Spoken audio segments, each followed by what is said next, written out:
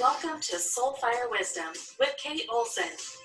As an evolving spirit and change adventure navigator, it is Kate's mission to empower and guide you on your path and inspire your truest passions. She will encourage you to share your gifts, speak your truth, and ignite your inner wisdom and purpose. She hopes to do so with a little humor and grace and her own soulfire passion. Kate talks with amazing guests who have embraced the pursuit and are fanning the flames of their own passion, purpose, and soulfire wisdom. Now here's your host, Kate. Good afternoon. Welcome to Soulfire Wisdom and Totally Awesome, Try Something New and Talk About It Tuesday. So what I tried this week was I have been like totally stressing out because I'm moving and there's a lot more to do than I had anticipated. I mean, I did anticipate it, but I kind of spaced out on how long everything takes and how many little details there are. So now that, everything looks like it's going to be going through on time, I've been like stressing out. So I've been doing some mindfulness practices and some breathing exercises. And it actually works. And so just, follow along with me for a minute here. Take a deep breath.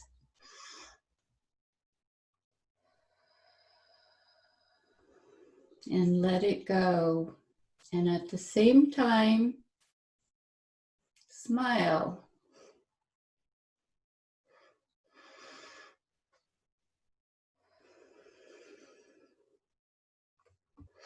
And that actually really does help, especially when you're right in the middle of that, oh my goodness, what am I going to do? So we have a great show planned for today. My guest is Brenda Reiss, and she's a forgiveness coach and CEO of Brenda Reiss Coaching. Through her 5-step radical forgiveness process, Brenda guides women entrepreneurs and business owners to become aware of and eliminate unconscious behaviors and patterns that are sabotaging their relationships and business. When that happens, they find peace, clarity, and it gives them the ability to show up whole and empowered in all the areas of their lives. Brenda is the author of 2 books, Forgive Yourself and Journey to Your Heart Space. And you can find those on Amazon. So now I'd just like to introduce Brenda. Hi, Brenda. How are you? Hey, Kate. I'm good. Well, it's great to have you here and to start out with, because I realize that I don't know a whole lot about your background. So maybe you could tell me and the audience, what brought you to your current path. Yeah, thank you. Like so many people, my path was fraught with a lot of learning, right? Growth opportunities, as we've all had, and not really realizing that I was living a life of fear. And so what happened, what my wake-up call was in my 3rd divorce, and it was where he was just this epitome of, as I learned later, of all my little core negative beliefs that you could even have, all my fears, everything was wrapped up in this relationship.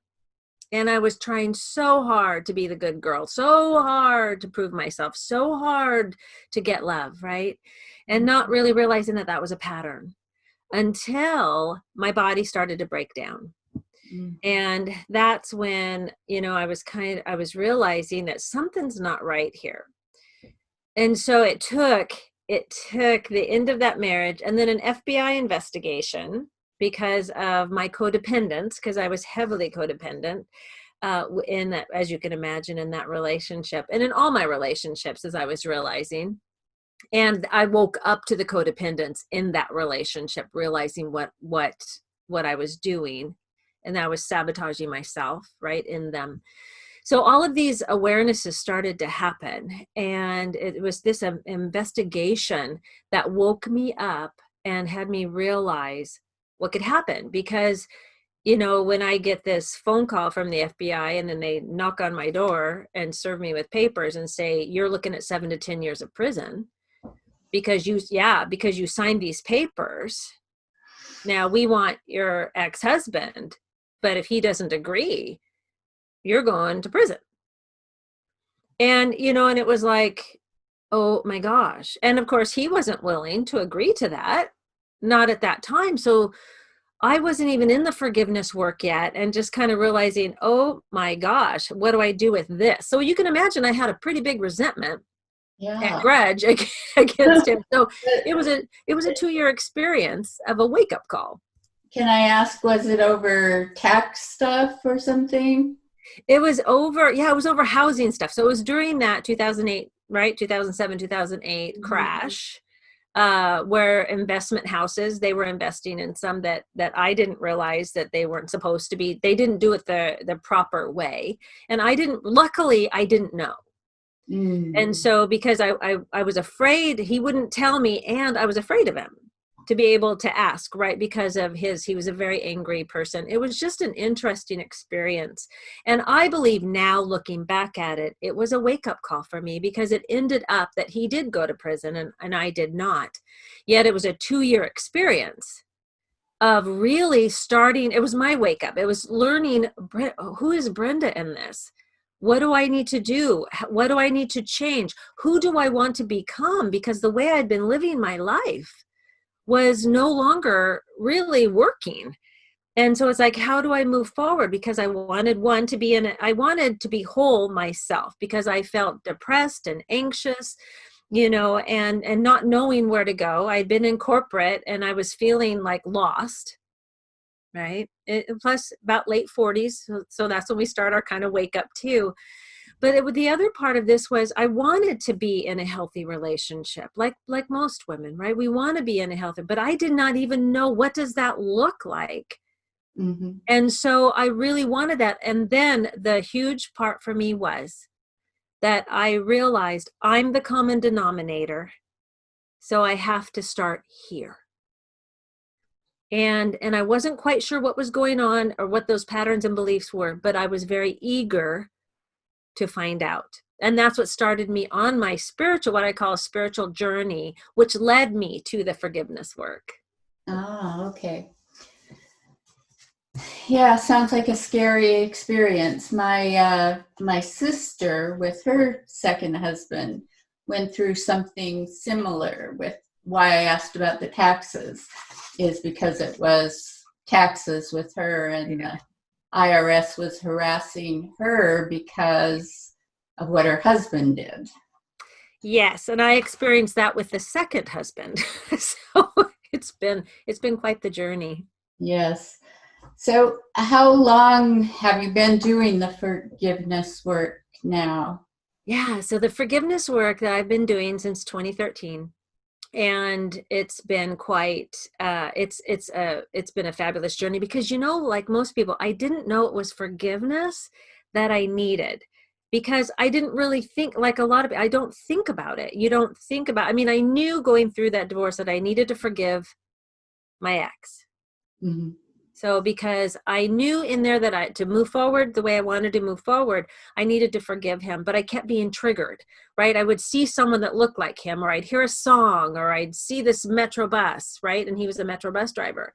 So, and I would just break down, and it was like, okay, this isn't working so well, trying to just let bygones be bygones and trying to walk in his shoes and do the things that I thought, right, that we think we're supposed to be doing without really anybody helping or, not knowing. And so, but stumbling along. And so it was really interesting when my boss turned out to be like my ex-husband, right? So now the pattern was showing up in my work, my body breaking down. I went into adrenal fatigue, right? Because I'm proving myself. I could never do anything right. And so that's what got me into that forgiveness work, because it was in a medical leave that I had to take from the job because I needed a neck fusion and a back fusion. This is the cost of forgiving, of not forgiving, right? Of just really having these, as you know, unconscious beliefs running my life. It was then that I found the forgiveness work, and I met with a forgiveness coach, not knowing that's what I needed, but going, oh my God, this is it. And so I started in, after my surgeries, I started in on the training, not knowing that, of course, that was going to be a huge roller coaster ride of my life, was learning how to untangle myself before I could help other people do it. Yeah, that I went through that same surprise. I went to my life coach training thinking I just needed a certification that I was done. You know, I thought I'd done all the work. Yes. What did I find out? That wasn't true. I know.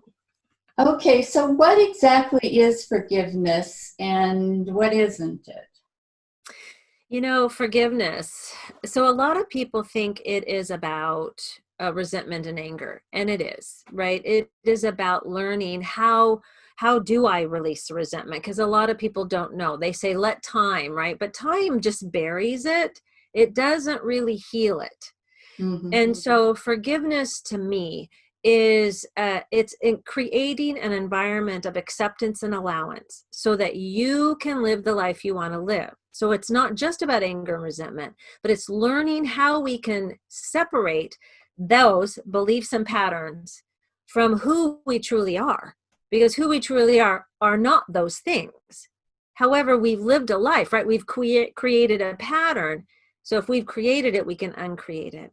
And the biggest thing that, and what I found was Stanford Forgiveness Project. There's, and in Stanford, they have a forgiveness project.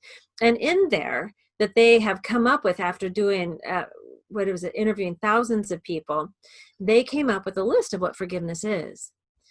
And so what forgiveness is, they say, is taking your power back. And that's one of the things that I totally believe in, because that's what it's doing. Because when I'm resentful at someone else, like my ex-husband, I was giving him all my power, right? And I was left nothing here. That's why my body was breaking down. I had nothing here.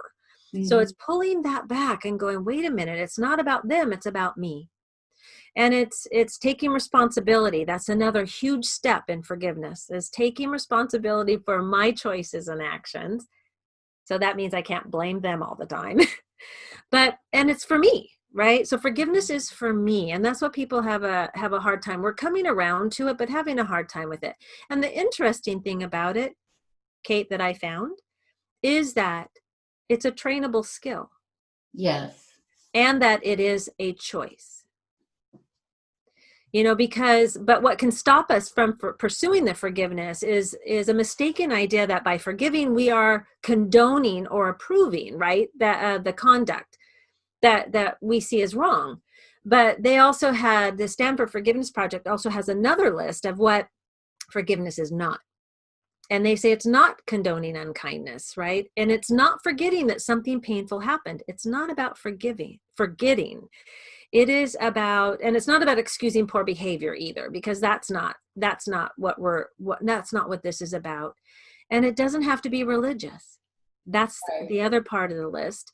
And it's not denying your hurt. And it's not reconciling with the offender. And this is a really big one that most people will question. For me, it's like, oh, I have to reconcile. And it's like, no. You do not have to reconcile to forgive. However, if you do want to reconcile, if you do want to be in relationship with people, then forgiveness is a definite precursor to reconciliation. Definitely. You have to. And it's not obligatory either. Right. So on that kind of a continuation or part of that same topic, there's a group of emotions that we're holding on to or nurturing when we don't forgive.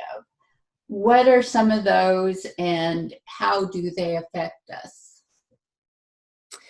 So the group of emotions. Now, for different people, well, there's kind of the same thing. There's a foundation, right? Of, if you break it down into emotion, it's sadness and grief. For most of my clients, what we find out, it starts with anger. But what's underneath the anger? Emotions are sadness and grief. And really, there's an underlying fear that has been living, that they've been living with most of their life, that they had started back in childhood. Usually that's where these things come from. And we get tired of hearing that, but it's true. Because depending upon how you believe and what you believe, we are here to learn. We're here to learn. And as human beings, so we've got to know, it's kind of like having a belief that I'm a spiritual being having a human experience. If that's the case, if people believe in that, then, oh, this is a school, right? And so I get to learn the opposite of who I am. It's like duality. That's what we're here for, is duality. Darkness, light, right, wrong, all of that. So it's like the Course in Miracles states, there's either fear or love. And a lot of us have heard about that, whether we study it or not. And so really what we get caught up in is the fear. And that is like, there's 100 forms of fear. There's frustration and anger, and there's grief and sadness and hurt. And a lot of people put different names to those emotions, but really the emotions are that sadness and the grief. Sadness of what's happened to us, and sadness for the choices that we have made ourselves that we feel bad about. Does that answer the question? Somewhat. We'll get into the other part of how it affects you a little more as we go along. So what is the cost of holding on to resentment? So the cost is, like we just talked a little bit about in my story, is the health, right? The physical cost of not forgiving. So the physical cost of not forgiving can show up as dis-ease in our bodies. And that's how radical forgiveness was even started, because Colin and his wife, Colin Tipping, who created it, were working with cancer patients. And so, and they, at that time, there was a study out that said it was going to take 20 years to forgive. And so people that they were working with was going, I don't have 20 years. I don't even know how much time I have. And so they started to develop, because what they found was a lot of these cancer patients had a common belief. And there was books written at this time, back in the 90s, about that. The common belief for cancer patients was that people wouldn't love them for who they were, so they had to show up as someone who they were not, right, to be loved. It's like that chameleon. I have to be what you want me to be instead of just being me. Well, we know that. You know that as a life coach. We have to be authentic, or we pay a price. So the physical cost is a dis-ease. It's also a lack of energy. And it shows up as frustration. It shows up as depression, because we're depressing our emotions. That's what depression, a lot of it is. Now, there is some chemical, right, components to this. So I'm not saying that all depression is that, but for a good part of us, the depression comes from really pushing down those emotions. And then there's also the anxiety. So those of us that are future trippers, or what-ifers, right? There's depression, and then there's anxiety of, well, what if? Well, what if? Well, what if?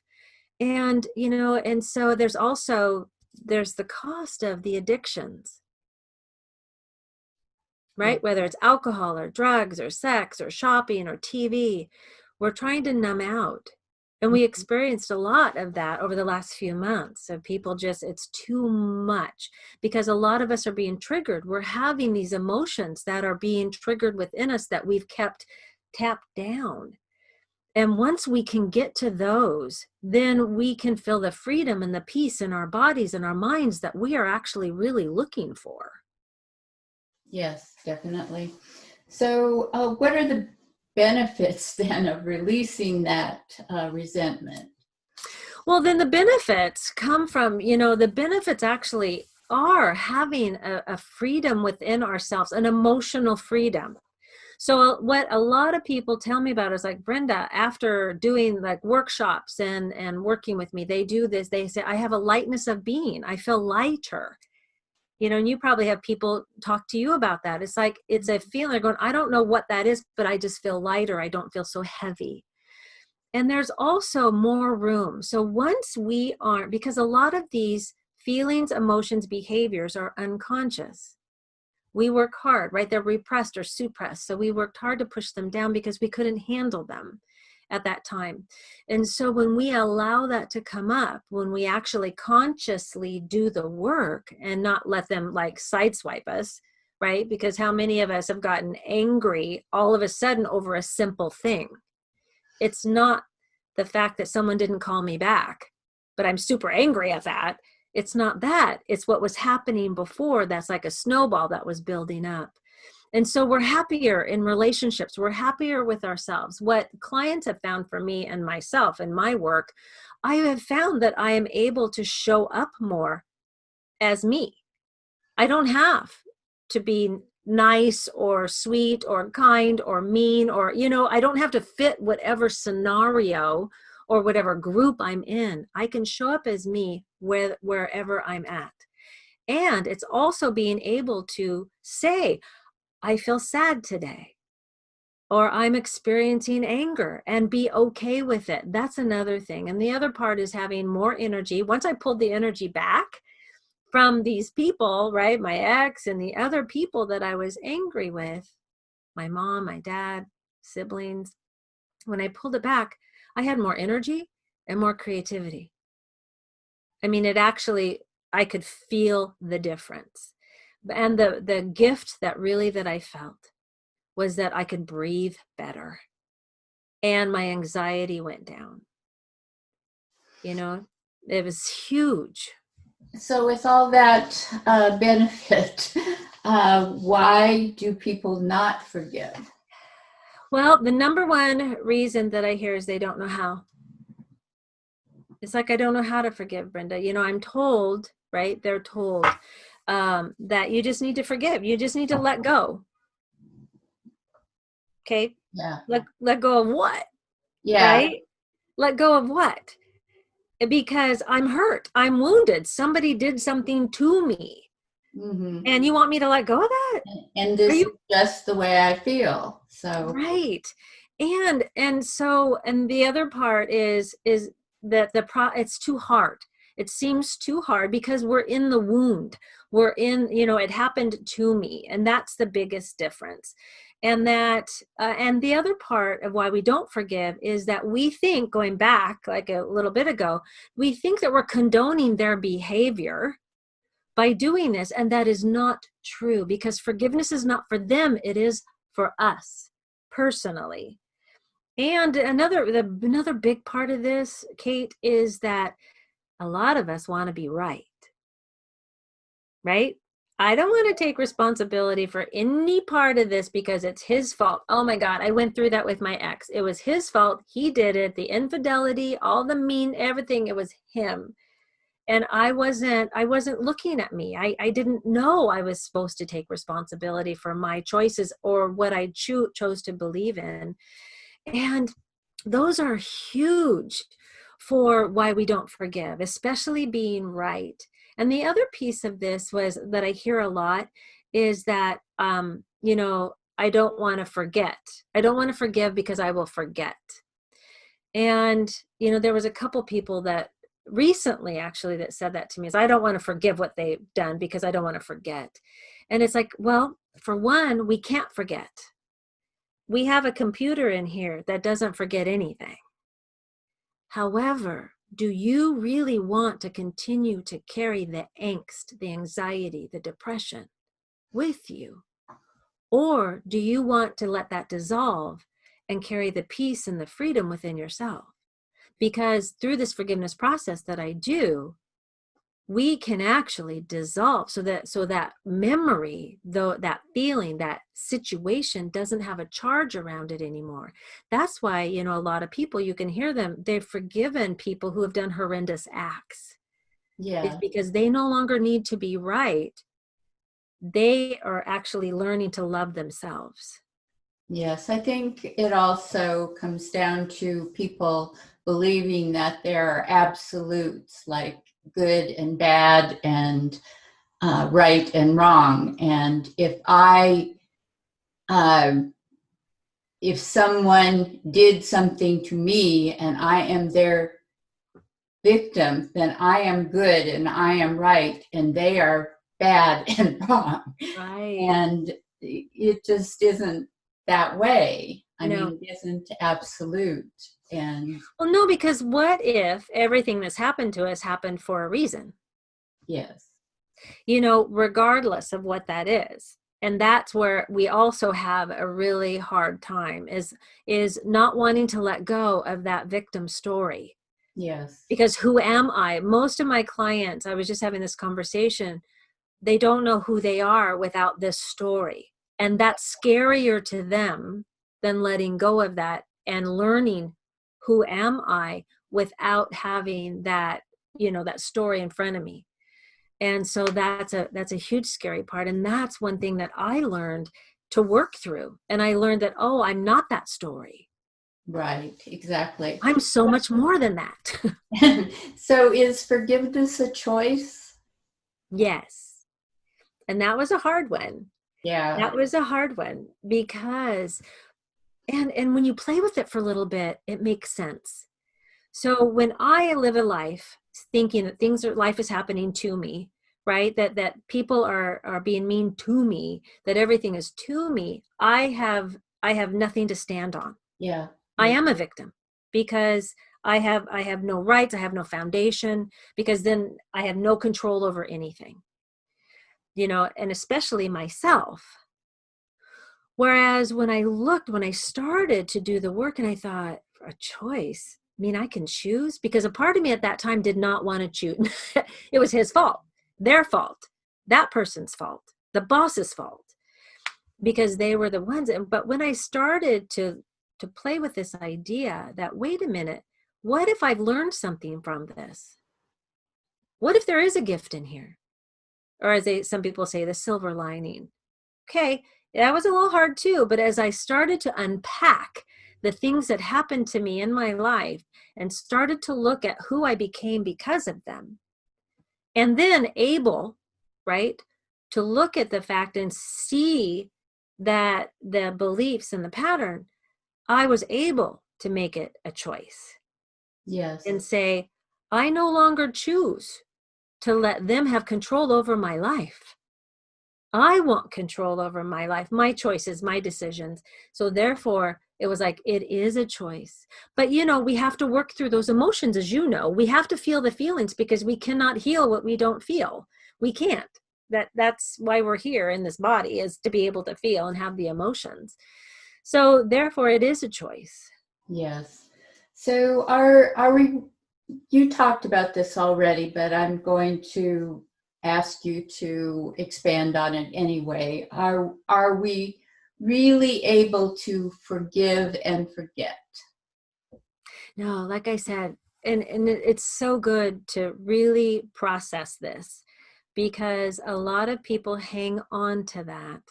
That it's kind of like also with the grief process. If I start to let that memory go, that I'm going to forget about them. And it's not the fact that we forget at all. We're not forgetting what we have gone through, because there we shouldn't really regret it. We should be able to get to a point where we can see what happened because of that. So for me, from the abuse that I suffered as a child and teens into my 20s, right? The abuse that I did, where I was total victim in that, it's like, that's how I felt. It was like, okay, where's the gift in this? Well, my gift is compassion. My gift is empathy.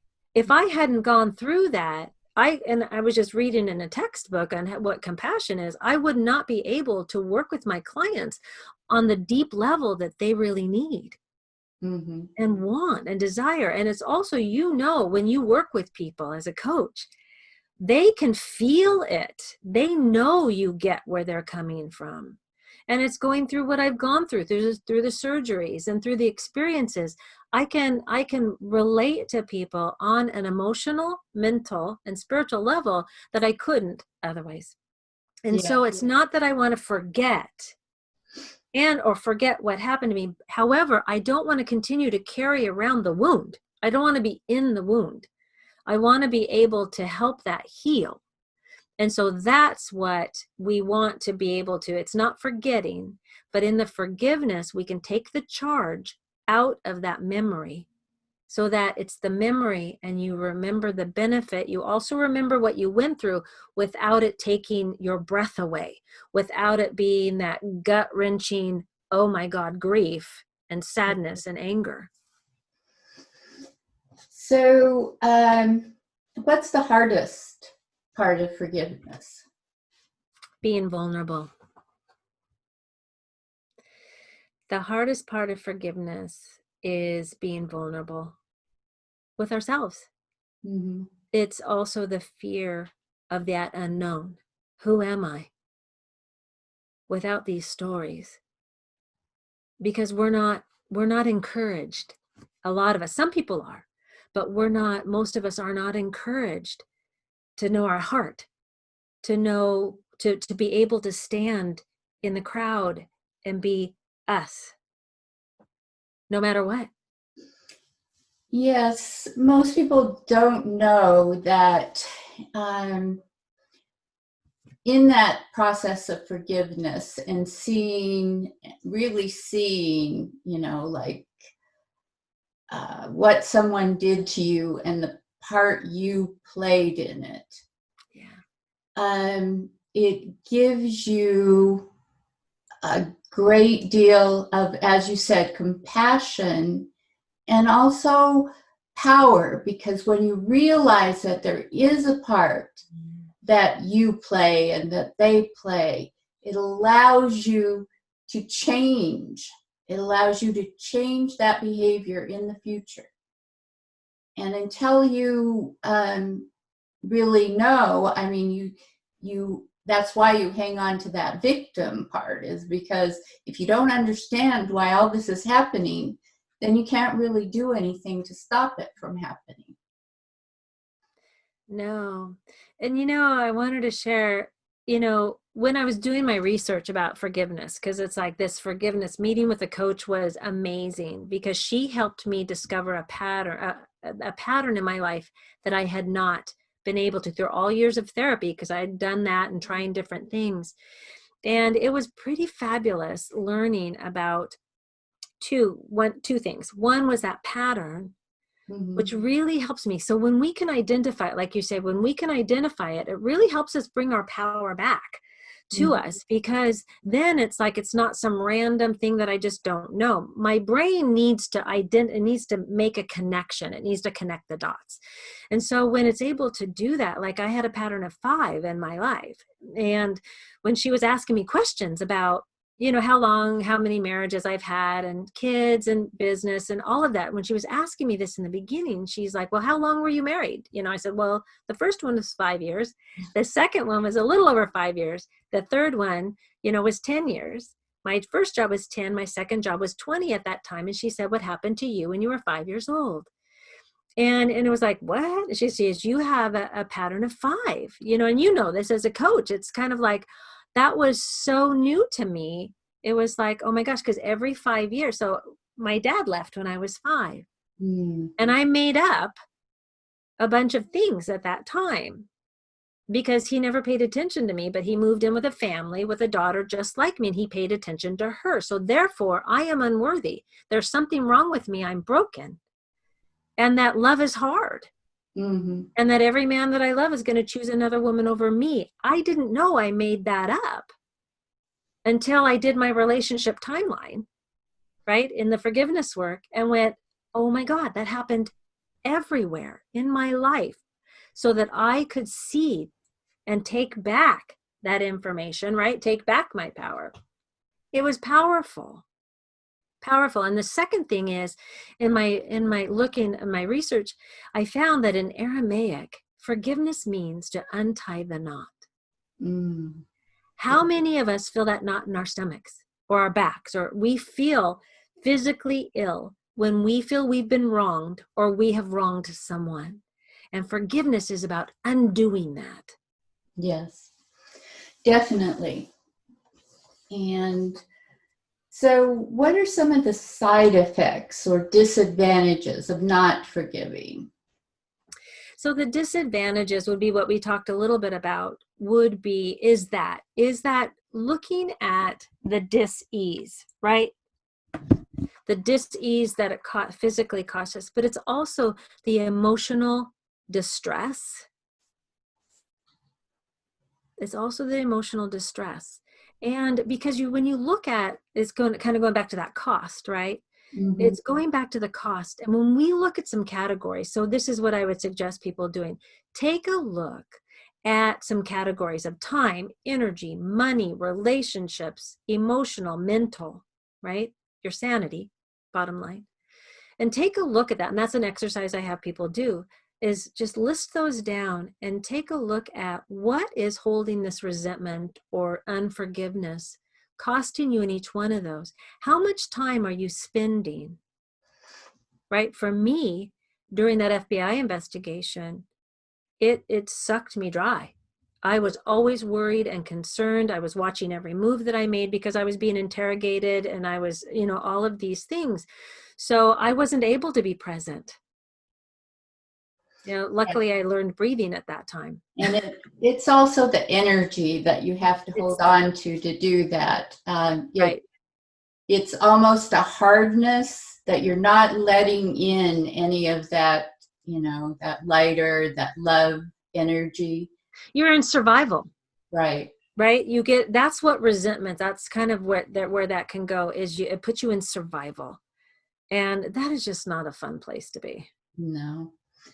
So what role does a person who has hurt you or wronged you play in forgiveness? So a couple things come up when you mention that. And so in my work, the role that they play is that they help you to learn. So two things. One, looking at it the way that I do through the forgiveness process is I look at my ex now as one of my greatest teachers. The role he played was so valuable for me. And we have a great relationship today because of the work, because of the forgiveness. And so the role that people play can be teachers if we choose to look at it that way. Yes. Right? Yes. And they can actually, we can just put them out of the play totally. I mean, they Absolutely. have no role if we choose. Well, they can, if we choose. So the other part, like I was going to say, sometimes they can stay, the perpetrator, and they always stay with the person, right? They're always angry at them. They're always putting the energy there. But like I said, going back to the reconciliation, they don't have to be in your life at all. You can forgive and move on feeling free without even having them. Even if they're family members, they do not have to play a role in your life for you to feel better. Right. So what gifts do you get, or what motivates you to help other people with the forgiveness process? Oh, that's a good one. What motivates me is the pain that I went through and the freedom that I feel on the other side of it. So as I was going through my life and feeling the pain, and especially, like I said, it came to kind of this crux, like a lot of us have those wake up times. We have several wake ups, but when you hit the big one, it was like, how can I help women be able to look at life differently, like I was learning to do and continue to learn to do, to be able to own who they are completely. And because I had learned to just work from my head, I had learned that my heart was not safe because of the love that I gave and heartbreaks and the abuse, sexual, mental, physical abuse. It was like, it's safer to protect here and stay here. Well, as we know, that doesn't work. It's got to be a balance. And so what motivates me the most is to help people really be able to work together and be in their heart and not regret what happened to them, but really be able to take that and help themselves and others so that they can show up as authentic and as completely as possible, as much as they want to, and really live that life that they desire, because it is possible. Yes. And do you think women have a harder time with this sometimes, that they maybe have a little reluctance to forgive, maybe because they are more inclined to see themselves as a victim just because of our cultural? I think so, but I've also worked with some men who really have a hard time with the feeling part. Mm-hmm. And the women seem to think that they don't have a hard time with the feeling part, but you're right. A lot of us women have stuffed so much that we're not really in touch with our true feelings. Mm-hmm.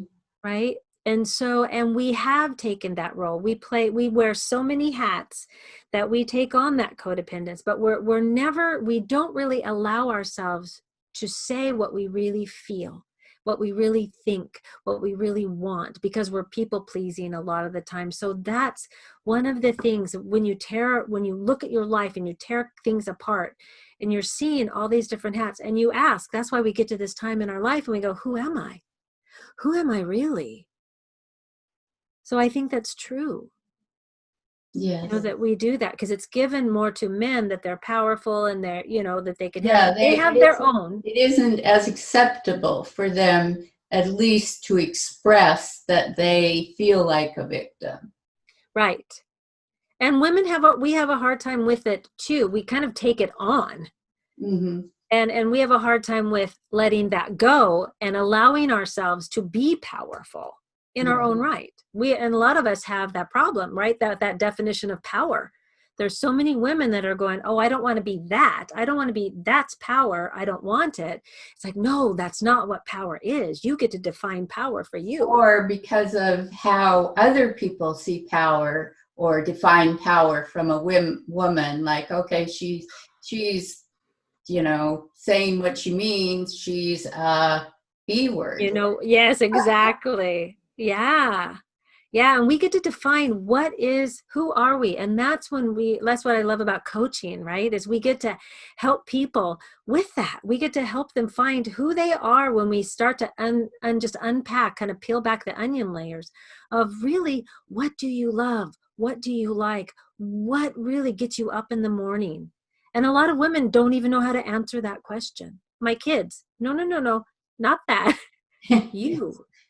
Yes, that's true. I think it's beginning to change. Yeah. But that's culturally where we've been.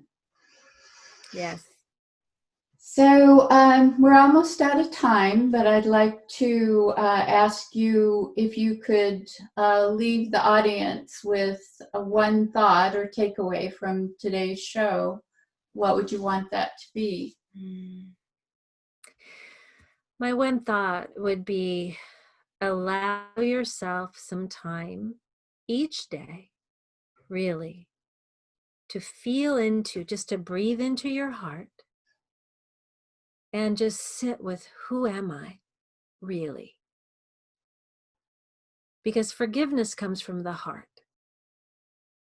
It really does. Mm-hmm. And forgiving ourselves is one of the deepest journeys and most worth it we will ever take. And it starts with just a few minutes of being willing to breathe into our heart, into our bodies, and say, what is it that I really want? Or who am I really? Mm-hmm. And then just allow just a few minutes each day. And you will get messages. You will get synchronicities. Things will happen. And just by allowing that little space, because a lot of us don't, allowing that space opens up a whole new world. Yes, definitely. So if people want to get a hold of you, want to get in touch, can you tell the listeners how they could do that? Absolutely. You can reach me you can check out my website at Brenda Reiss, REISS coaching.com. Email me at brenda@brendareisscoaching.com. And also Facebook, Brenda Reiss-Coach. I'm there. And on Instagram, I'm Forgiveness Coach, all one word. So yeah, check me out and reach out. I really like to talk with people and really find out how can I help them to find the freedom within themselves. Okay, and if you forget any of that, on the radio website, soulfireradio.com, under guests, you can scroll down to Brenda's photo, and then her contact info is listed there. So I want to thank you for being here today and talking about this pretty important topic and, sharing your wisdom. Absolutely. And I'll give you a link too for a gift that people can download if they'd like, a forgiveness list, because that's a beautiful way to start the forgiveness process is by filling out a forgiveness list. And so I'd love to share that with your community. Okay, go ahead. And it's, and I'll give you the link too if you want to put it in there, but it is, they can use a bit.ly. So bit.ly/forgiveness list. And if they do that, then if they go there, they will get a download for a forgiveness list, which really helps us to define and get out of our bodies and our minds the things that are bothering us, the people, situations. And it's a powerful tool to start us on our process. Okay, great. Thank you. So I'd like to also thank the audience for being here today and listening. And I have a thought for you to carry with you through your week. And that is, I think the first step to understand that forgiveness does not exonerate the perpetuator. Forgiveness liberates the victim. It's a gift you give yourself. And that was said by T.D. Jakes. So we have another great show planned for next week. Next week, my guest will be Sandra Besterstein. And Sandra is, she was my one of my life coach certification trainers. And that was, at that time, she was with Bennett Stellar University. And now she is the CEO of Thrive Learning Collective. But she has helped people in dealing with grief. And we're going to be talking about grief and the whole grief process. So I think it's kind of an important topic, especially for these times. So be sure to tune in. It's sometimes a hard topic for people, but it's one that we all have to deal with at some point. So next week, 3 p.m., that will be July 28th. Thank you. Thank you for listening to Soul Fire Wisdom with Kate Olson. We hope you enjoyed the show. If we made you laugh, brightened your day, or sparked a new thought, we have succeeded in our mission. Join us next time when we'll share more secrets and truths and all the magic of transformation that is the journey to Soul Fire Wisdom. Always remember, be fierce in the pursuit of what sets your soul on fire.